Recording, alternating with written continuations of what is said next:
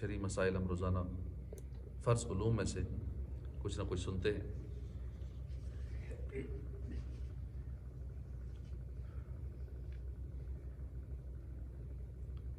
سوال ہے کہ میں اپنی ایک پراپرٹی بیچ رہا ہوں جس کی مارکیٹ ویلیو 30 لاکھ ہے،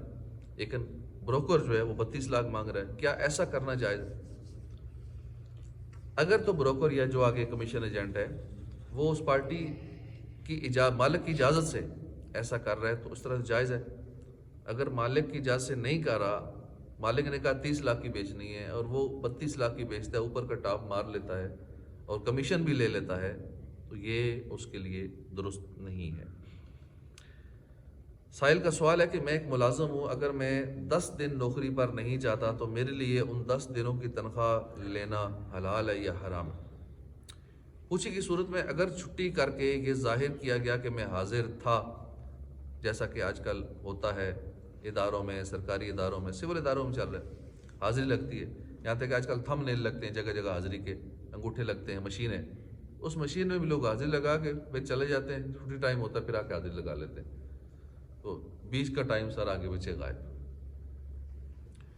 تو اگر یہ ظاہر کیا کہ میں حاضر تھا اور تھا غیر حاضر، اس صورت میں کمپنی اور ملازم کے درمیان ہونے والے معاہدہ دیکھا جائے گا کہ وہ معاہدہ کیا تھا۔ اپنے ملازمین کے ساتھ معاہدہ کرنے کے کمپنیوں میں مختلف طریقے ہیں، چھٹیوں کی بھی صورتیں مختلف ہیں۔ کمپنیاں ماہانہ چند چھٹیوں کی گنجائش رکھتی ہیں، کچھ سالانہ کی گنجائش رکھتی ہیں، کچھ کمپنیاں پالیسی ان کی یہ ہوتی ہے کہ اتنی اتنی چھٹیوں میں تنخواہ کے ساتھ چھٹیاں ہوں گی اور اس سے زیادہ میں بغیر تنخواہ کے۔ الغرض کمپنی اور ملازم کے درمیان ہونے والا معاہدہ ہی ان مسائل کی اصل بنیاد ہے کہ چھٹیاں کتنی طے ہوئیں، جہاں بندہ ملازم ہوا ماہانہ کتنی چھٹیوں کا کہا گیا، سالانہ کتنی کا کہا گیا، ان چھٹیوں سے ایکسٹرا کرے گا، اتنی چھٹیاں بھی کرنی ہے تو بہتر طریقہ پوچھ کر کی جائیں۔ اگر ان چھٹیوں سے زیادہ کرے گا تو لازمی کٹوتی کرانی ہوگی، جتنے منٹ کم دیے اپنی ڈیوٹی سے اتنی کٹوتی کروانی پڑے گی، اگلا نہ بھی کاٹے تو خود کٹوانی پڑے گی، خود کٹوتی کرانی ہوگی، ورنہ اپنے سار قیامت والے دن ہو جائے گا اس کا۔ اور چندے کا مال ایسا ہے جیسے مثل مال یتیم، اور اسی طرح جو لوگ یہ سرکاری تنخواہوں سے لیتے ہیں وہ بھی تو عوام کے ٹیکس کا پیسہ ہے، تو اس میں اپنی طرف سے اس کا آفیسر اگر کہہ دے خیر ہے تو 2-4 گھنٹے آگے پیچھے اپنے کام میں گزارا ہے کر، ملازم ادھر ہے تو ساتھ چلو اپنے کاروبار میں حالات ٹھیک نہیں ہے، 2-4 گھنٹے اپنے کاروبار کو دے دیا کر، یا دوران duty mobile per on line business کر رہا ہے، کوئی سیل پرچیز کر رہا ہے، دوران ڈیوٹی بھی یہ کام نہیں کر سکتے، یہ کام کرنا ہے تو ذاتی کام تو الگ سے کرنا ہوگا ڈیوٹی ٹائم کے علاوہ، اس ڈیوٹی ٹائم میں اسی ادارے کا کام کرنا ہوگا جو کہا گیا ہے۔ تو ان باتوں کا لوگ خیال نہیں رکھتے اور لاکھوں روپے لینے والا بھی پریشان ہے، بچتا کچھ نہیں ہے، حالات بڑے خراب ہیں، اور اپنی انکم کا جائزہ لے کیسے کما رہا ہے، کیسے ڈیوٹی پہ ٹائم دے رہا ہے، تو اس سے اندازہ ہوتا ہے تو بیچارہ سخت گناہ گار ہو رہا ہے۔ اور یہ تمام اداروں میں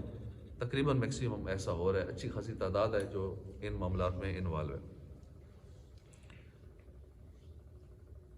سائل کا سوال ہے کہ میرے پرانے کپڑوں کا ٹھیلا ہے، اس میں کافروں کے استعمال شدہ کپڑے جیسے لنڈے کے کپڑے، یہ باہر سے آتے ہیں انگریزوں کے استعمال شدہ، آگے سیل ہوتے ہیں، اب اس میں کافروں کے ناپاک کپڑے بھی ہوتے ہوں کیا پتہ، تو اس طرح پاک کے ساتھ ساتھ ناپاک کپڑے بھی ہوتے ہیں، تو کیا اس طرح کپڑوں کو بیچنا جائز ہے؟ اگر بالفرض کسی کپڑے کا ناپاک ہونا مجھے معلوم بھی ہو تو اس کو بیچنا کیسا؟ کپڑے پاک ہوں یا ناپاک دونوں صورتوں میں بیچنا تو جائز ہے، البتہ جب تک کپڑوں کا ناپاک ہونا معلوم نہ ہو ان کو پاک ہی سمجھا جائے گا۔ رہی بات کہ کسی کپڑے کے بارے میں آپ کو یقین ہے، ناپاک ہونے کا علم ہے، تب بھی اس کی خرید و فروخت جائز ہے، لیکن خریدار کو ضرور بتایا جائے گا کہ پہلے پاک کر لے پھر استعمال کرے۔ ایک کمپنی نے کوئی پروڈکٹ بنا کر مارکیٹ میں فروخت کرنا شروع کی، دوسرا شخص اسی نام سے پروڈکٹ بناتا ہے اور اصل کمپنی کا نام استعمال کر کے نقلی پروڈکٹ مارکیٹ میں سستی بیچتا ہے، ایسا کرنا کیسا؟ نیز اس پروڈکٹ کو سپلائی کرنا اور دکاندار کا اسے گاہک کو بیچنا کیسا؟ کمپنی کا نام استعمال کر کے جعلی پروڈکٹ بنانا اور خریدنے والے کو بتائے بغیر بیچ دینا حرام ہے، یہ دھوکہ ہے، اور دھوکے سے مال فروخت کرنا ناجائز اور حرام ہے۔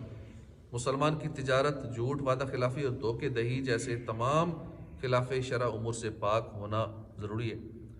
بکثرت احادیث ان کاموں کی مذمت میں وارد ہوئی ہیں۔ جو لوگ سی ڈی اور ڈی وی ڈی سینٹر چلاتے ہیں، پہلے چلاتے تھے، آج کل تو یہ سسٹم ختم ہو گیا ہے۔ آپ کو کہیں بھی سی ڈی کی دکانیں نظر نہیں آئیں گی، سر سی ڈی کا سسٹم ایک دور تک کیسٹیں ہوتی تھیں، کیسٹیں بھی ختم ہو گئیں، سی ڈیوں کا دور شروع ہوا، سی ڈیاں بھی ختم ہو گئیں، اب تو ہر چیز موبائل میں فری مل جاتی ہے، بلکہ اب بھی فری بھی ملتی ہے لیکن کچھ لوگ بیچتے بھی ہیں، اب بھی فلمیں وغیرہ گانے ایسی چیز شاید بیچتے بھی ہوں، کچھ تو بکتے ہیں، کچھ کیٹیگری ایسی ہے۔ تو کیا یہ کاروبار ایسا کہ جس میں گناہوں بھری چیزیں آگے سیل ہوتی ہیں، جائز ہے یا نہیں؟ ایسا کاروبار ناجائز اور حرام ہے جس میں گناہ پر معاونت ہو، گناہ پر معاونت، ولا تعاونوا علی الاثم والعدوان، اور گناہ اور زیادتی پر باہم مدد نہ دو، ایسا کاروبار چھوڑ دینا چاہیے جس میں گناہوں والا معاملہ ہو۔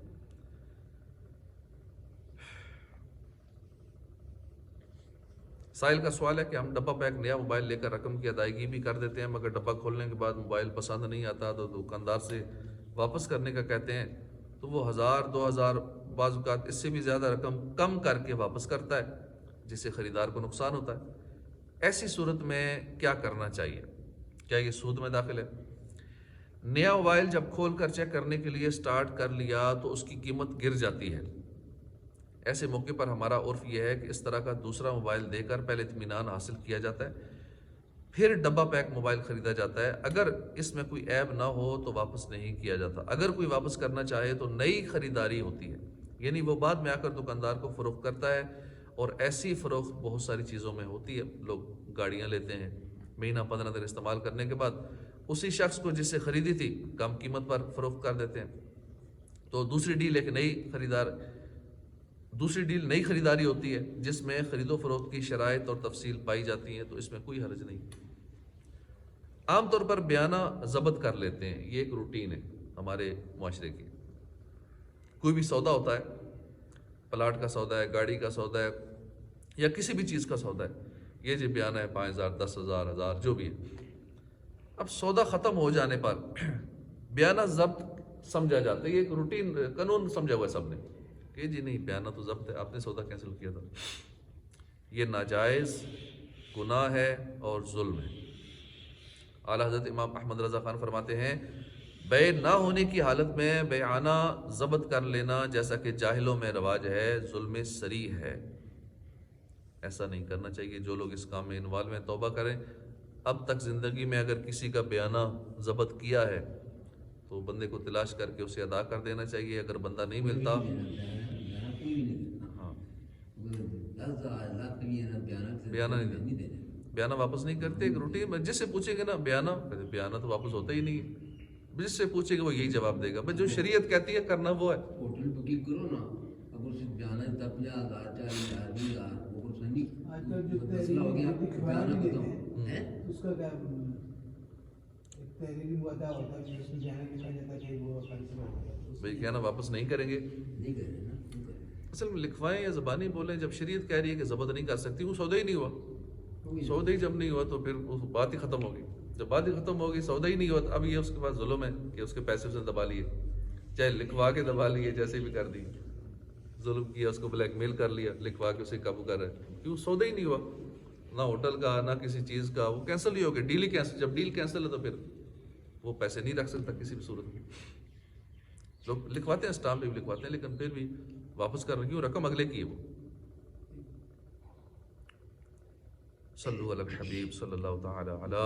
محمد صلی اللہ علیہ وآلہ وسلم۔ گم شدہ شے ملنے کا وظیفہ